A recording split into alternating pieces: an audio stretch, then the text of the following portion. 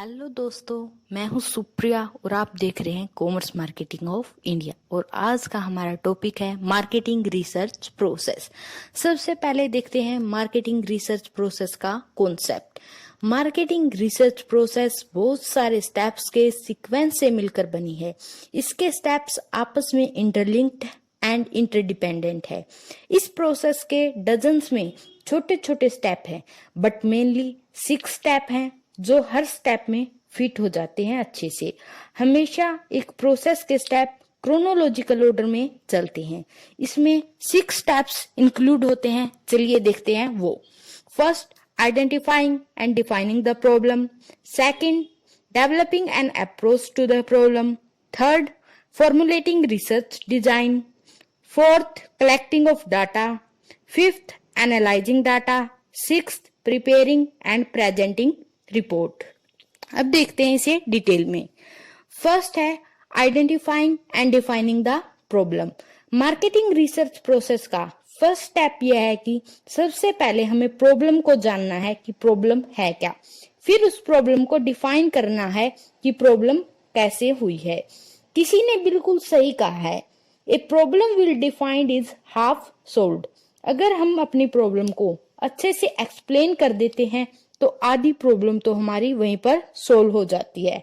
अगर हम एग्जाम्पल ले तो कोका कोला ने 1984 में बहुत ट्राई किया था कि वो पेप्सी को मार्केट में पीछे कर दे, बट वो नहीं कर पाए थे क्योंकि उन्होंने प्रॉब्लम को अच्छे से डिफाइन नहीं किया था। उन्हें करना तो पेप्सी को बीट था, बट वो रिसर्च कर रहे थे गेन मार्केट वैल्यू के ऊपर। इस वजह से उन्हें कभी भी सक्सेस नहीं मिल पाई। Second, developing an approach to the problem.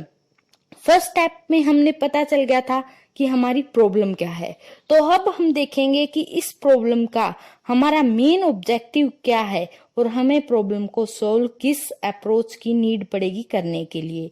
अब हम इसके लिए मॉडल्स तैयार करेंगे। मॉडल्स कैसे भी हो सकते हैं, जैसे कि formulating theoretical framework, analytical models, research questions etcetera, जो रिसर्च डिजाइन को इन्फ्लुएंस कर सके।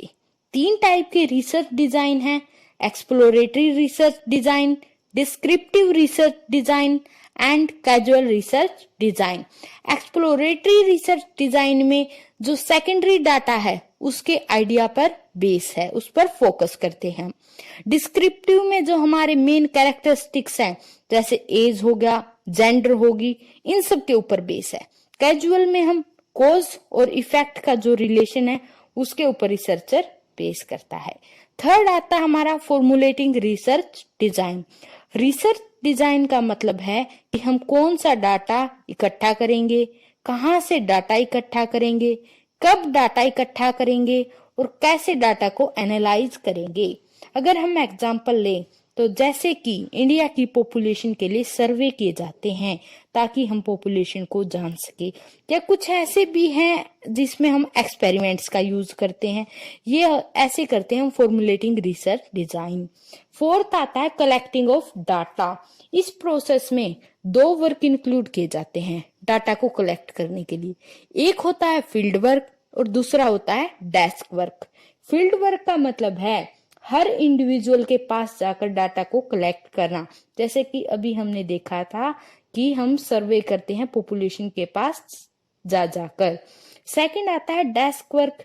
डेस्क वर्क का मतलब है डाटा को टेलीफोन, ईमेल्स या वेब मीटिंग के द्वारा कलेक्ट करना।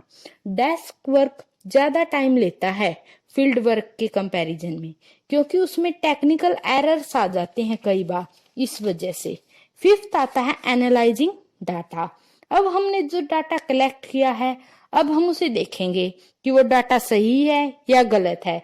अगर वो सही नहीं है तो हम उसे मीनिंगफुल फॉर्मेट में कन्वर्ट करेंगे ताकि हमने जो प्रॉब्लम आइडेंटिफाई की थी उसे अच्छे से सोल्व कर पाए।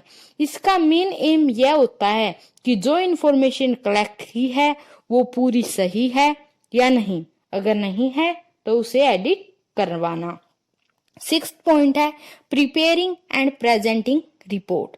इस स्टेज पर हम कंक्लूजन निकालते हैं जो हमारे बिजनेस डिसीजंस के लिए सही हो।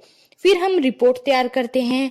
रिपोर्ट हमेशा क्लियरली एंड इफेक्टिवली कम्युनिकेट करनी चाहिए ताकि हर किसी को समझ में आ जाए।